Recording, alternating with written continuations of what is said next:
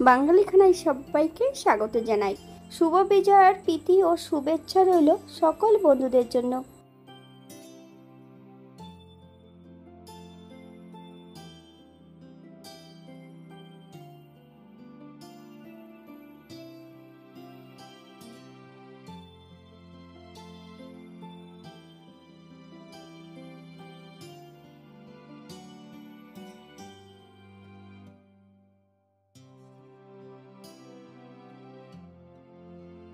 আপনারা তো অনেকভাবে ইলিশ মাছের মাথা দিয়ে কচু শাক রান্না করেছেন।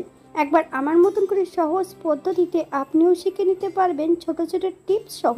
তাছাড়াও এখানে আরও দুটো রেসিপি থাকবে। তবে আজকে আমি এখানে কিভাবে ইলিশ মাছের মাথা দিয়ে কচু শাক রান্না করলাম চলুন সেটা একবার দেখে নেওয়া যাক ভিডিওর মাধ্যমে। এতটাই সুস্বাদু হয়েছিল খেতে, আপনি একবার রান্না করলে বারবার রান্না করবেন। আশা করছি আজকের ভিডিওটি ভালো লাগবে। সকল বন্ধুদের কাছে অনুরোধ করছি সম্পূর্ণ ভিডিওটি দেখার।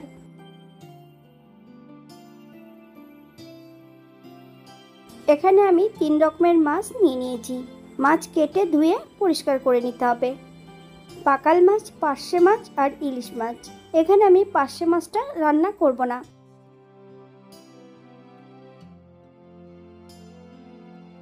প্রথমে রান্না করব ইলিশ মাছের মাথা দিয়ে কচু শাক। কচু শাক আমি আগের থেকে কেটে ধুয়ে পরিষ্কার করে সেদ্ধ করে রেখেছি। তবে সেদ্ধ করার সময় সামান্য একটু লবণ দিয়ে সেদ্ধ করেছি। পেঁয়াজ রসুন ছাড়াই আজকে আমি ইলিশ মাছের মাথা দিয়ে কচু শাক রান্না করব।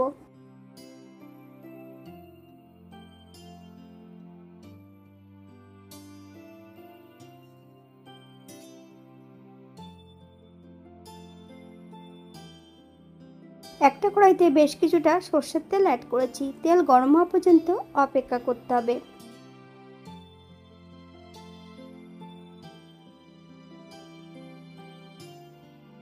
হাফ চামচ লবণ, হাফ চামচ হলুদ গুঁড়ো। ইলিশ মাছের মাথা এবং কাঁটাগুলো বেশ ভালো করে ভেজে নিতে হবে। মাছের মাথাগুলো বেশ উল্টিয়ে পাল্টিয়ে ভালো করে ভেজে নিতে হবে।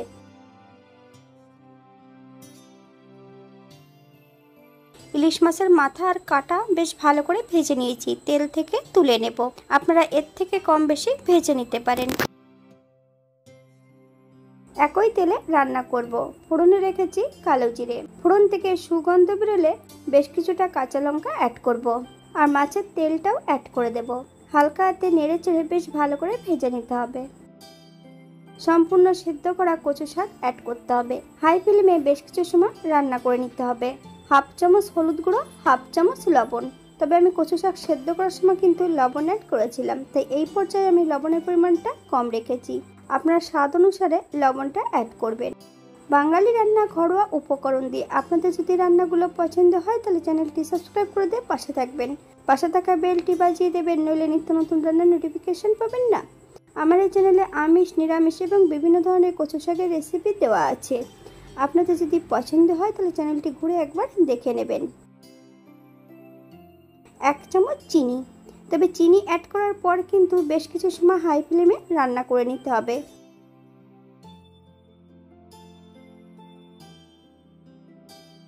এই পর্যায়ে অ্যাড করব ভেজে রাখা সম্পূর্ণ ইলিশ মাছের মাথা। তবে ইলিশ মাছের মাথাগুলো অ্যাড করার পর বেশ ভালো করে হালকা হাতে নেড়ে চেড়ে মিশিয়ে নিতে হবে। আমি কিন্তু এখানে মাথাগুলো গোটাই রেখেছি, ভেঙে দিইনি।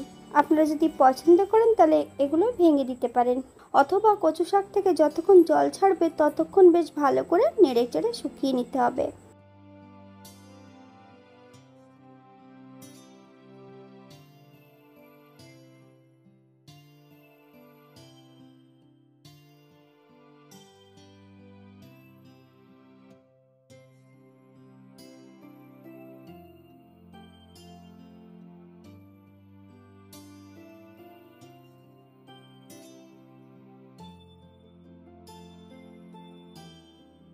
এখানে বেশ কিছুটা ইলিশ মাছ ভাজার তেল অ্যাড করে দিয়েছি। গ্যাসের ফ্লেমটা অফ করে দিয়ে 5 মিনিটের জন্য স্ট্যান্ডিং টাইম দেব, তারপর সার্ভ করব। এটা দেখতে যেমন ভারী সুন্দর হয়েছিল, এটা গরম ভাতে খেতে কিন্তু অসম্ভব ভালো হয়েছিল।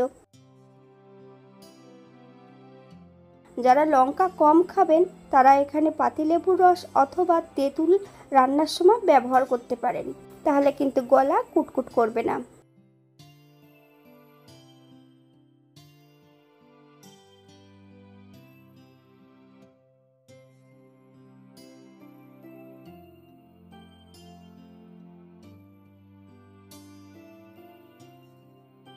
এখানে যে আমি উপকরণগুলো অ্যাড করেছি আপনারা এর থেকে কম বেশি করে নিতে পারেন। যদি পেঁয়াজ রসুন বা অন্য মশলা পছন্দ করলে অ্যাড করতে পারেন।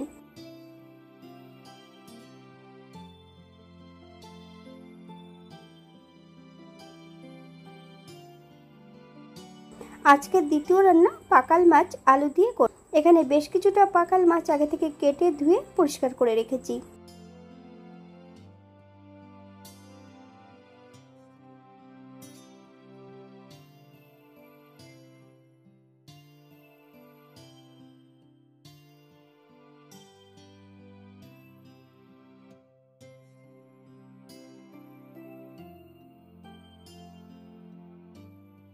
একটা কড়াইতে বেশ কিছুটা সরষের তেল অ্যাড করেছি। তেল গরম হওয়া পর্যন্ত অপেক্ষা করতে হবে।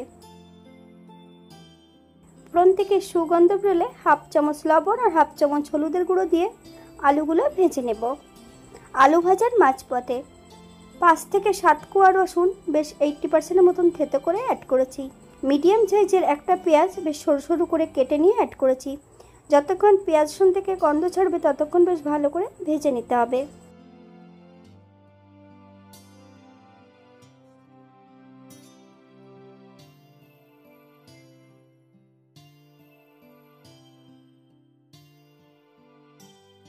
হাফ চামচ হলুদ গুঁড়ো, হাফ চামচ আদা বাটা, 1 চামচ জিরে আর ধনে বাটা, 1 চামচ শুকনো লঙ্কা বাটা। মশলাটা বেশ ভালো করে ভেজে নিতে হবে।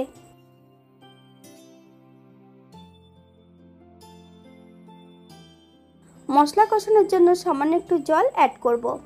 যতক্ষণ মশলা থেকে তেল না ছাড়ছে ততক্ষণ বেশ ভালো করে মশলাটা কষিয়ে নিতে হবে।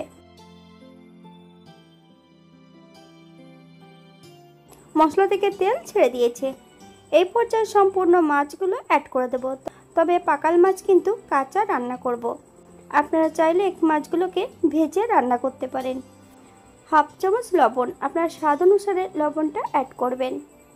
15 থেকে 20 মিনিটের মতন মাছ এবং মশলা সহ বেশ ভালো করে কষিয়ে নিতে হবে। এখানে আমি গ্রেভির জন্য 1 কাপ জল অ্যাড করব। আপনাদের যতটা গ্রেভির প্রয়োজন আপনারা ততটা জল অ্যাড করতে পারেন।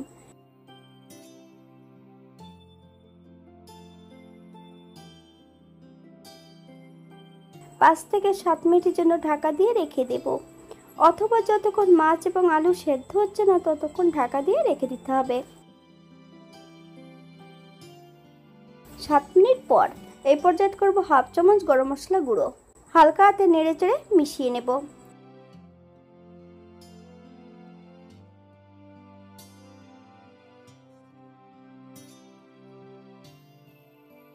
গ্যাসের ফ্লেমটা অফ করে দিয়ে 5 মিনিটের জন্য স্ট্যান্ডিং টাইম দেব, তারপর সার্ভ করব।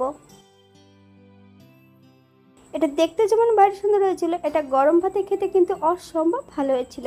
আপনারা বাড়িতে একবার একই পদ্ধতিতে বানিয়ে নেবেন। এখানে যে আমি উপকরণগুলো অ্যাড করেছি আপনারা এর থেকে কম বেশি করে নিতে পারেন। পাকাল মাছ কাটার পদ্ধতি: চালের গুঁড়োর মধ্যে একটুখানি লবণ মিশিয়ে পাকাল মাছ ধরে কাটতে সুবিধা হবে।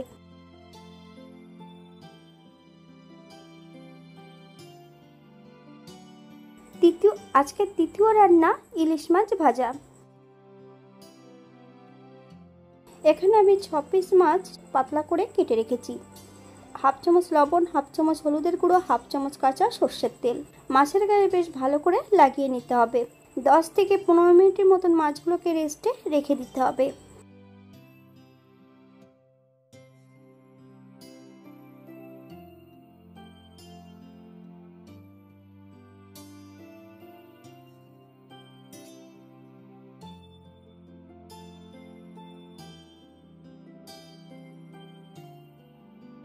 একটা কড়াইতে বেশ কিছুটা সর্ষের তেল অ্যাড করব। তেল গরম হওয়া পর্যন্ত অপেক্ষা করতে হবে।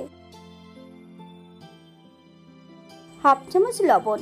লবণ অ্যাড করার পরে কিন্তু কড়ার গায়ে বেশ ভালো করে তেল লাগিয়ে নিতে হবে।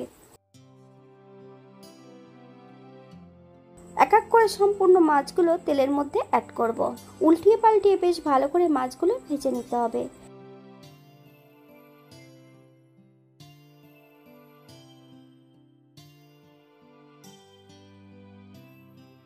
মাছ ভাজার মাঝপথে আমি এখানে বেশ কিছু কাঁচা লঙ্কা ভেঙে অ্যাড করেছি। আপনারা যদি পছন্দ করেন তাহলে পরিমাণে বাড়িয়ে দিতে পারেন। উল্টিয়ে পাল্টিয়ে বেশ ভালো করে মাছগুলোকে ভেজে নেব।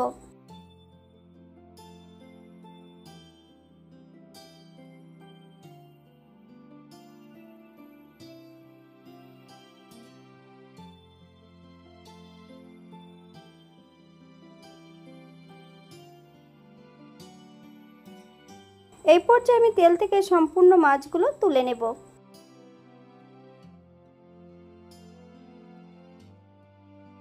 আজকের ভিডিওটি এই পর্যন্ত। সবাই সুস্থ থাকবেন, ভালো থাকবেন। অন্যদিন নতুন রেসিপি নিয়ে আপনাদের সামনে আবার আমি হাজির হব। নতুন ও পুরনো সকল বন্ধুদের অসংখ্য ধন্যবাদ ভিডিওটি দেখার জন্য। হাতে যদি সময় থাকে তাহলে একটা লাইক, কমেন্ট, শেয়ার করবেন।